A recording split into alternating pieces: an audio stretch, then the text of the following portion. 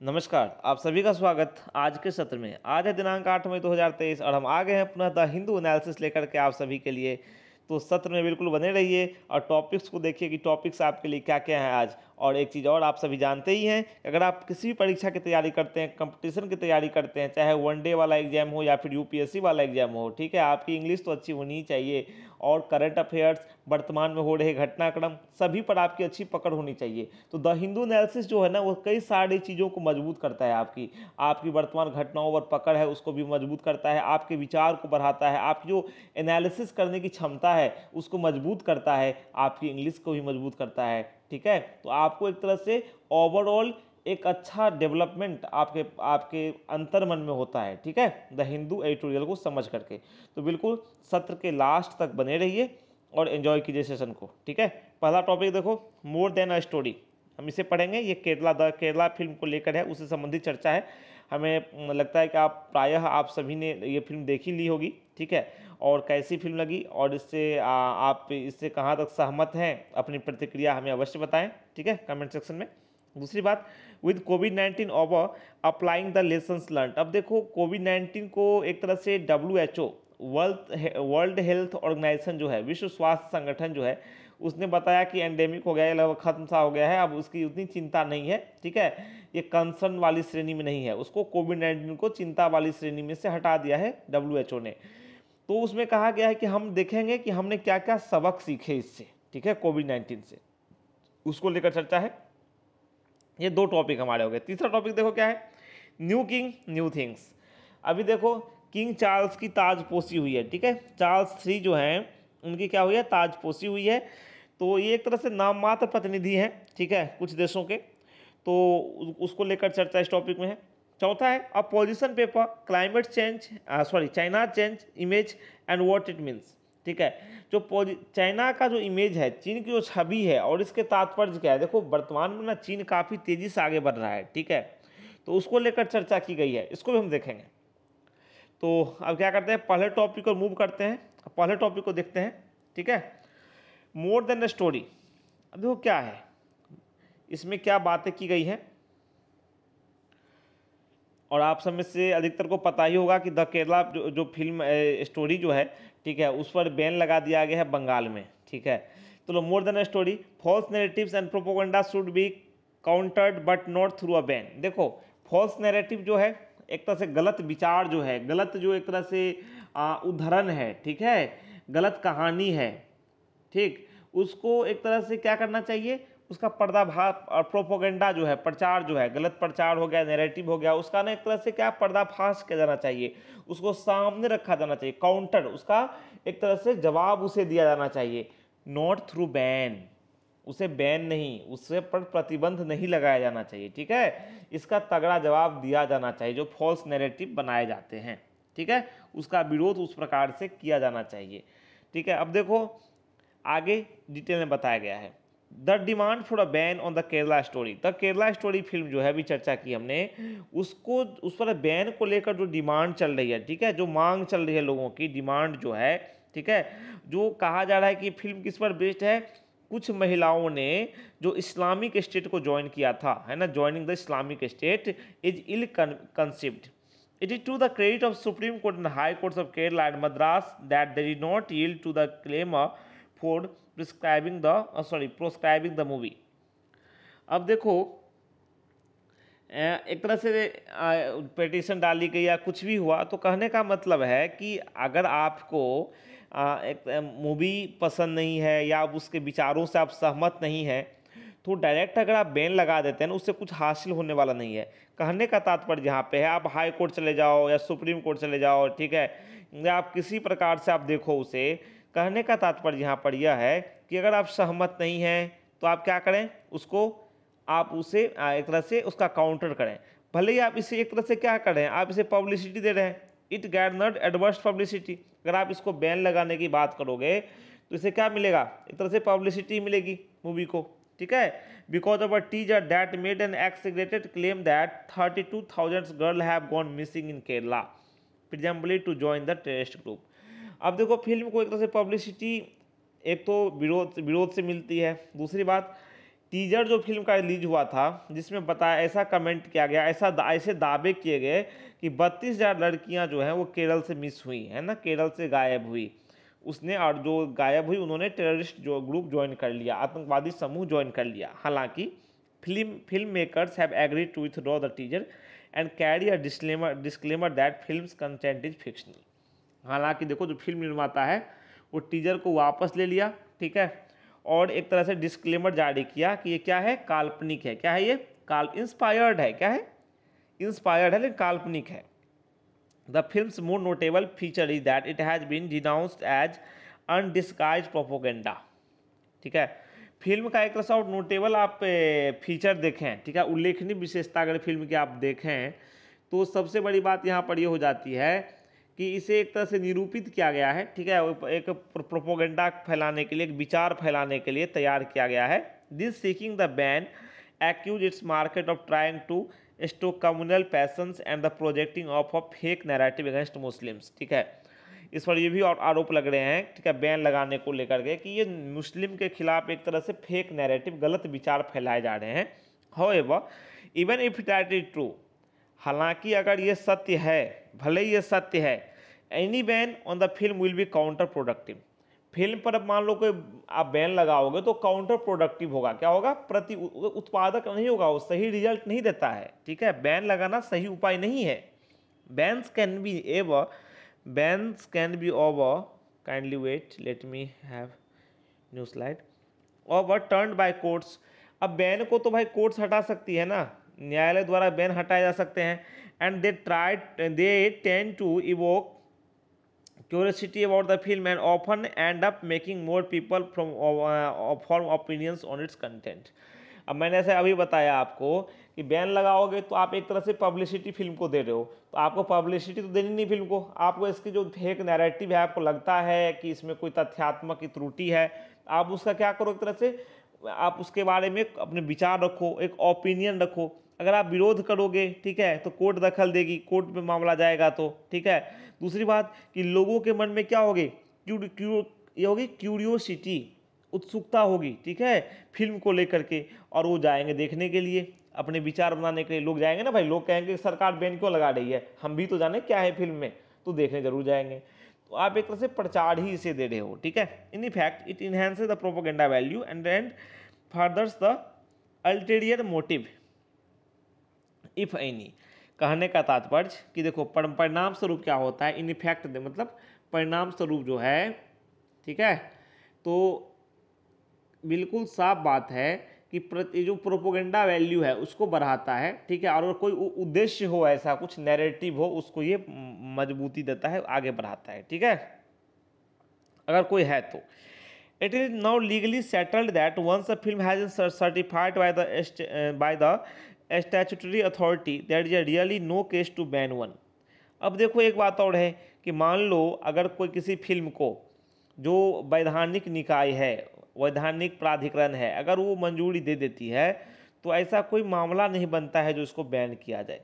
Laws pertaining to public order indeed empower the police and the local authority to stop a film screening। हालांकि बात ये भी होती है कि पब्लिक ऑर्डर से संबंधित जो कानून है, सार्वजनिक व्यवस्था, देखो सबसे एक बात यहाँ पे, एक पॉइंट ये भी है, जानने का प्रयास करो आप लोग कि सार्वजनिक व्यवस्था होता है कि जो हमारे आसपास जो व्यवस्था है, देखो हम लोग कहीं सोसाइटी में रहते हैं, परिवार में रहते हैं, या फिर गांव में रहते हैं, जिला में, एक व्यवस्था होती है, एक सिस्टम होता है, तो वो भंग ना हो, ठीक है, सद्भाव रहे, भाईचारा रहे।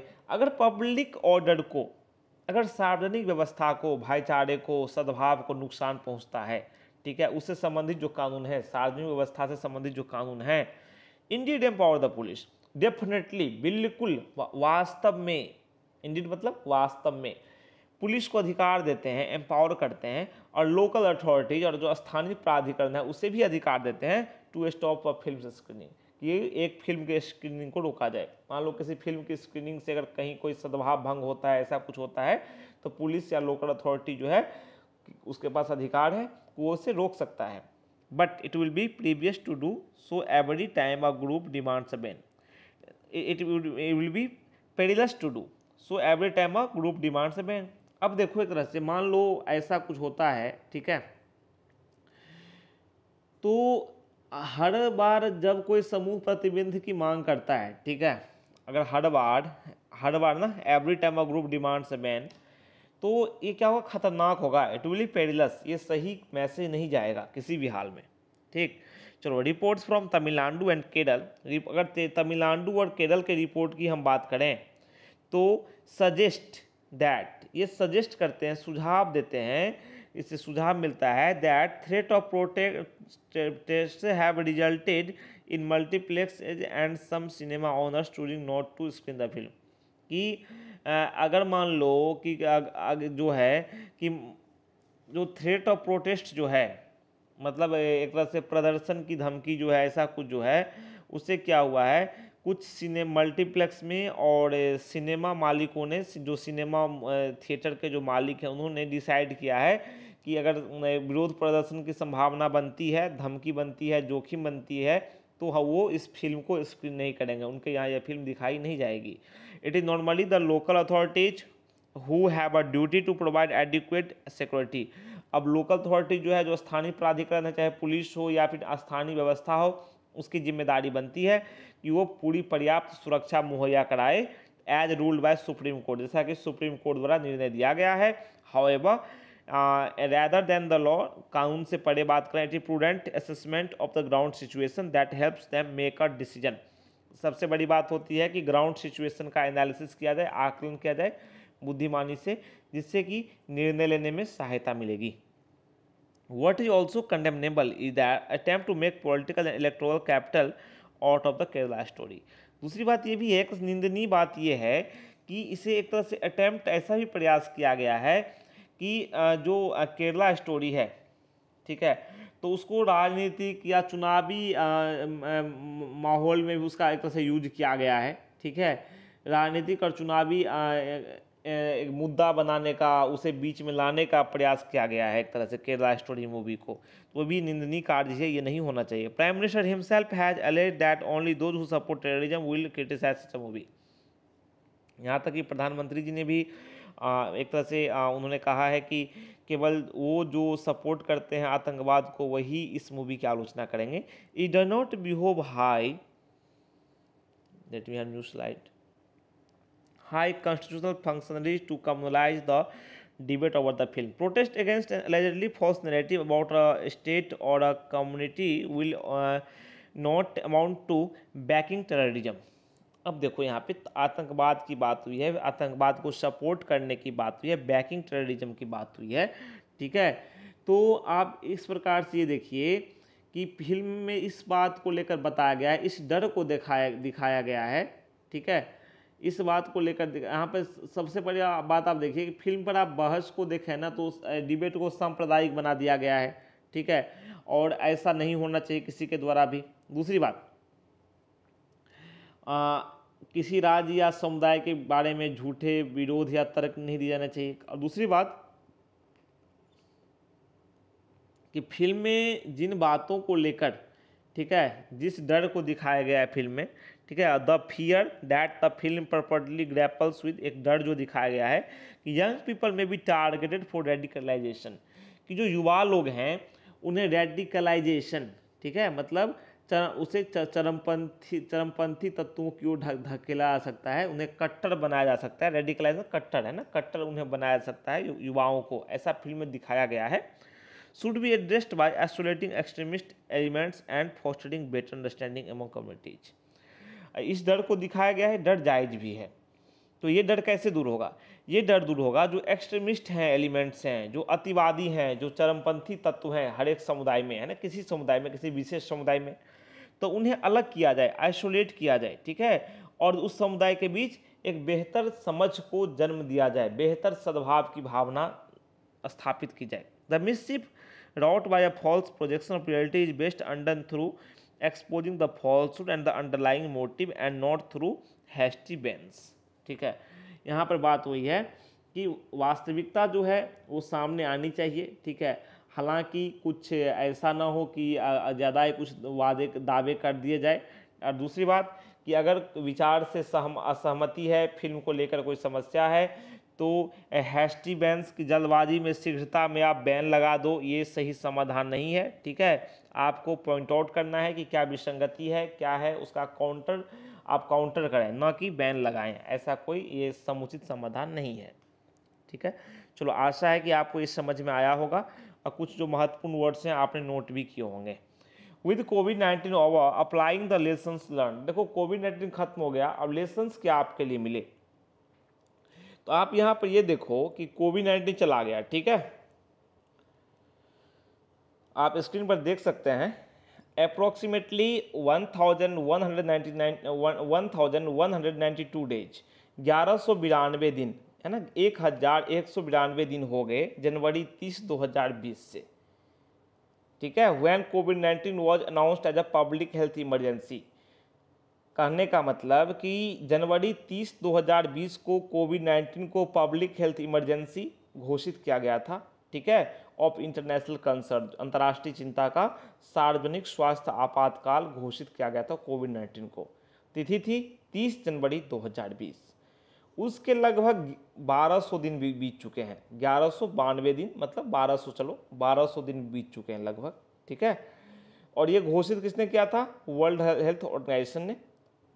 अब देखो, अब इसने क्या किया, 5 मई 2023 को WHO ने वर्ल्ड हेल्थ ऑर्गेनाइजेशन, विश्व स्वास्थ्य संगठन ने डिक्लेयर किया है कि कोविड-19 was no longer a public health emergency of international concern, कि कोविड-19 जो है अब इंटरनेशनल कंसर्न का, अंतर्राष्ट्रीय चिंता का सार्वजनिक स्वास्थ्य आपातकाल नहीं रहा। सिंपल टर्म में बात करूँ तो कोविड-19 has acquired the status of other endemic diseases, ये अब दूसरे बाकी एंडेमिक डिजीज की तरह कोविड-19 हो गया है और एक तरह से ये अब किसी के लिए खतरा नहीं रहा। ठीक है, ये कौन कहता है, WHO ने कहा है। ठीक है, India arguably reach the covid endemic stage a year ago, Bharat की जहाँ तक बात है तो भारत जो अभी विश्व स्वास्थ्य संगठन ने घोषणा की है वो 1 साल पहले उस स्थिति में भारत पहुंच गया था। Even so they have been a knee jerk and unscientific response to spikes in कोविड-19 केसेज इन इंडिया, हालांकि भारत में कोविड-19 के मामलों के प्रति उतनी ठीक प्रतिक्रिया नहीं भी देखने को मिली है। The most recent example being the response in March April 2023 when there was an uptick in the viral flu and SARS-CoV-2 cases। अभी जो हालिया उदाहरण है मार्च अप्रैल 2023 का है, जब वायरल फ्लू और SARS-CoV-2 केस के मामले में वृद्धि हुई, which led to closure of schools in some Indian citizen states. और ये जो मामले बढ़े फ्लू के और कोविड के, तो उससे क्या हुआ कि कुछ राज्यों में स्कूलों और कुछ स्कूलों को बंद करना पड़ा। ठीक है, कुछ राज्यों में, कुछ शहरों में। In instances where schools were not closed, their managements made mask wearing a compulsory. ठीक है, मास्क वेयरिंग को क्या कर दिया गया, कंपलसरी कर दिया, वो कर दिया गया। तो कहने का तात्पर्य यहाँ पे बहुत सारी बातें हैं। देखो, कई बार भ्रम भी फैलाया गया। एक समय था जब कोविड-19 का सेकेंड वेव चल रहा था, कहा गया कि थर्ड वेव भी आएगा, बच्चों को प्रभावित करेगा। ठीक है, तरह तरह के दावे, तरह तरह की बातें। तो कहने का तात्पर्य एक सटीक विश्लेषण हो, एक सटीक व्यवस्था हो। और WHO की भी काफ़ी हद तक नाकाम भी है, किस प्रकार से कोविड-19 पूरी भयावहता के साथ चीन से पूरी दुनिया में फैल गया। तो WHO भी कहीं ना कहीं इसके लिए जिम्मेदार तो बनता ही है। ठीक है, तो उसी सब को लेकर चर्चा है कि हमने कोविड-19 से क्या सीखा, सोशल डिस्टेंसिंग को कैसे अपनाया और किस प्रकार से हमारे नयापन था, हमने किस प्रकार से किया, उन्हीं मुद्दों को लेकर इसमें चर्चा है।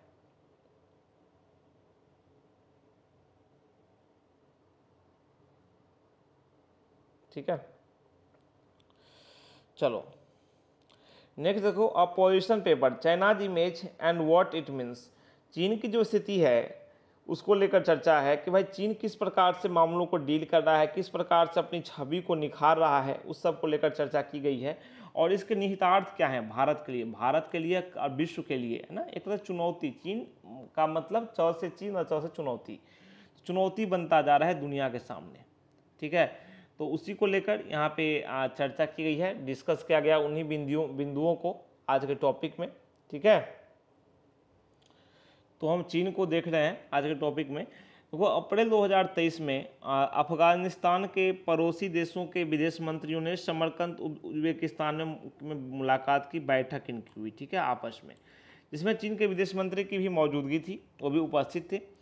और अफगान मुद्दा पर जो है चीन की स्थिति, चीन की जो सिचुएशन है, उस शीर्षक नाम से 11 सूत्री नीति पत्र जारी किया गया।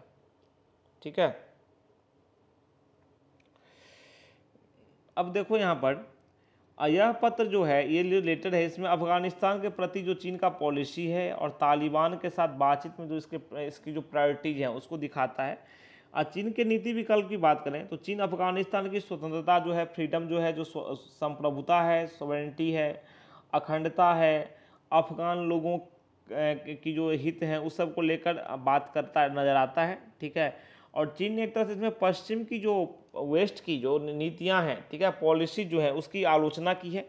ठीक है, पश्चिमी देशों की, और कहा है कि पश्चिमी देश अफगानिस्तान के हितों की पूर्ति करने में विफल रहे हैं और चीन इस प्रकार से काम करने को आगे देख रहा है। जैसे मान लो संघाई सहयोग संगठन है जिसमें चीन लीड करता है और मास्को प्रारूप है, ठीक है, संवाद है, या फिर ये सब है, तो चीन चाहता है कि इस प्रकार से इस तरह हम काम करें। वो चाहता है अफगानिस्तान में पश्चिमी देशों की भागीदारी ना हो।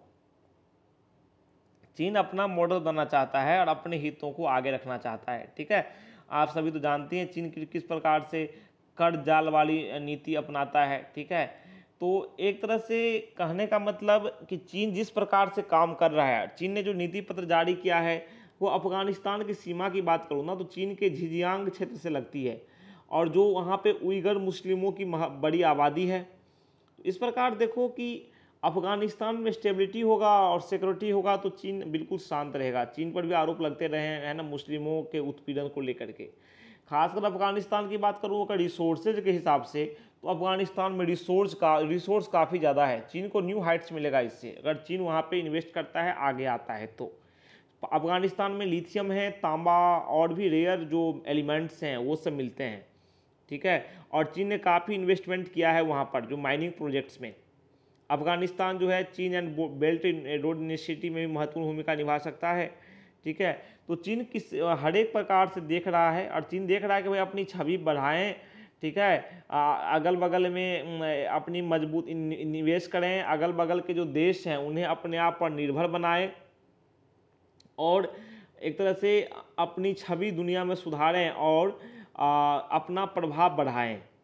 भारत को भी सशंकित होना ही पड़ेगा। भारत भी डाउटफुल है चीन जिस प्रकार से इधर जोर दे रहा है। ठीक है, ईरान के साथ चीन के संबंध काफ़ी अच्छे होते जा रहे हैं।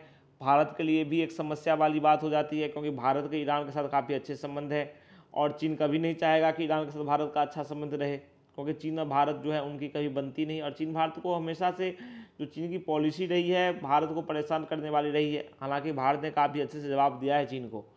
ठीक है, चीन ने काफ़ी मतलब एक तरह से चीन जो कभी एक तरह से अजीब ढुलमुलवादी नीति अपनाता है और जैसे कि सीमा विवाद वाला मुद्दा है, किस प्रकार से हमारी ज़मीनों को हथियाने की कोशिश करता है, भूटान पे दबाव बना रहा है वो, तो अगल बगल पड़ोसियों को प्रभावित करा। भारत को खासकर वो देखता है अपने सामने एक चैलेंज के रूप में, इसलिए भारत के सामने एक चुनौती तो है ही वो। ठीक है, तो भारत भी है कि अपने आप को एक तरह से सामने भारत को रखना ही चाहिए और अपने पड़ोसियों के बीच पैठ तो बनानी ही चाहिए और आतंकवाद का मुकाबला तो भारत को करना ही है क्योंकि जो पाकिस्तान प्रायोजित आतंकवाद है, ठीक है, तो भारत के सामने है ही वो मुद्दा। भारत प्रायः कई बार पाकिस्तान के सामने उठाता रहा है। अब पाकिस्तानी सरकार किस प्रकार से हैंडल करती है वो देखे। ठीक है, अब भारत के पास अपॉर्चुनिटी है कि अपने आर्थिक इकोनॉमिक अवसरों का विस्तार करे और एक तरह से एक आर्थिक शक्ति के रूप में दुनिया के सामने आए।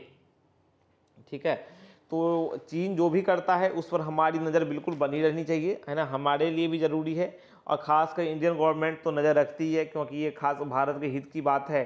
चीन किस प्रकार से कौन सी हरकत कहाँ कर बैठेगा तो संशय तो चीन पे बना ही रहता है किसी को भी। चीन को प्रायः हर एक देश सशंकित निगाह से ही देखते हैं क्योंकि चीन में क्या है, कम्युनिस्ट पार्टी का शासन है। चीन में लोकतंत्र है नहीं। लोकतंत्र एक आदर्श स्थिति होती है। लोकतंत्र में किसी प्रकार की एक तरह से दुर्भावना की गुंजाइश कम बचती है लोकतंत्र में। लेकिन जहाँ पे लोकतंत्र है ही नहीं, अपने नागरिकों का भी शोषण जहाँ पर हो जाए तो बाहर के लोगों के साथ वो कैसे डील करेगा, बाहरी देशों के साथ। ठीक है, तो चीन के साथ यही स्थिति है। तो आज के सेशन में हमने एक टॉपिक का आपको वर्ड बाय वर्ड एनालिसिस बताया। अब बाकी जो 2 टॉपिक्स हैं उनको आपको एक तरह से एक्सप्लेन करके समझा करके, ठीक है, ब्रीफ में आइडिया बताया कि आखिर ये मामले क्या हैं और हमारे लिए क्यों महत्वपूर्ण है, हम इन्हें क्यों पढ़ें, ये हमारे हित को किस प्रकार से प्रभावित करते हैं। ठीक है, और हमें क्यों पढ़ना चाहिए, ये कुछ बातें हैं और आपको अवश्य पढ़ना चाहिए। जो हमारे इंटरनेशनल रिलेशंस की बातें हैं, अंतर्राष्ट्रीय संबंध की, हमारे और देखो मान लो हमारे पड़ोस में अगर हमारे जहाँ घर है हमारा आपका, तो हमारा पड़ोस अच्छा रहे तो हम भी तो अच्छा रहेंगे, पड़ोस में शांति रहेगी तो हम भी शांत रहेंगे। तो पड़ोसी को संभालना बड़ा मैटर करता है, ठीक है। तो चीन भी हमारा पड़ोसी है, अगर वो गलत रास्ते पे जा रहा है तो भारत उसको सही कर सकता है, भारत करेगा भी उसको, ठीक है। और चीन हमेशा इसलिए भारत के प्रति डाउटफुल रहता है। तो यही कुछ बातें हैं आपको जाननी चाहिए। तो फिर कल नए टॉपिक में नए आर्टिकल्स के साथ मिलते हैं नए सत्र में। तब तक के लिए आज्ञा दीजिए और कहिए नमस्कार, थैंक यू।